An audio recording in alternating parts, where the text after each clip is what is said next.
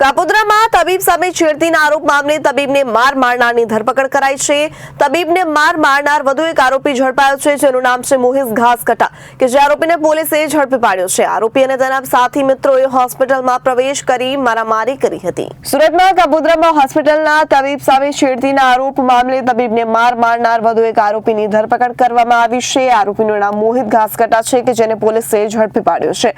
આરોપી અને તેના અન્ય સાથી મિત્રોએ હોસ્પિટલમાં પ્રવેશ કરી મારામારી કરી હતી, ત્યારે યુવતીએ છેડતીનો આક્ષેપ કરતા તેણીના પરિજનો અને મિત્રોએ કરી હતી મારામારી। ત્યારે યુવતીના ફરિયાદને આધારે પોલીસે સામસામે ગુનો નોંધ્યો હતો।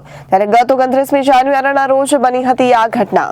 ગઈ તારીખ 29 ના રોજ કાપોદ્રા પોલીસ સ્ટેશનમાં નાના વરાછા ખાતે આવેલ ફ્લોરલ હોસ્પિટલ ખાતે રિસેપ્શનિસ્ટ તરીકે કામ કરતી યુવતી એ પોતે એવી એમના જાહેરાત કરેલી કે ડૉક્ટર પ્રતિક માવાણી જે ગાયનેકોલોજીસ્ટ છે, ડૉક્ટર જે વિઝિટિંગ ડૉક્ટર છે, એના દ્વારા એમની છેડતી કરવામાં આવેલી।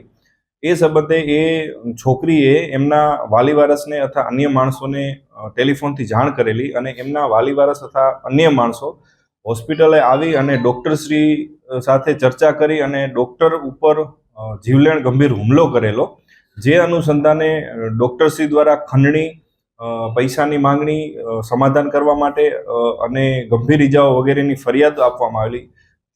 એ જ સમયે છોકરી દ્વારા પણ ડૉક્ટર વિરુદ્ધ છેડતીની ફરિયાદ આપવામાં આવેલી।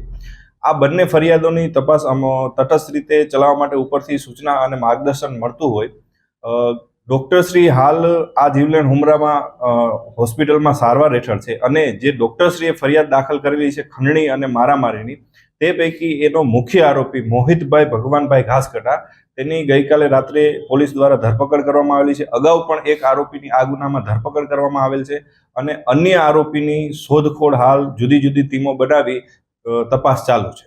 Bureau report, Janadesh news, Surat.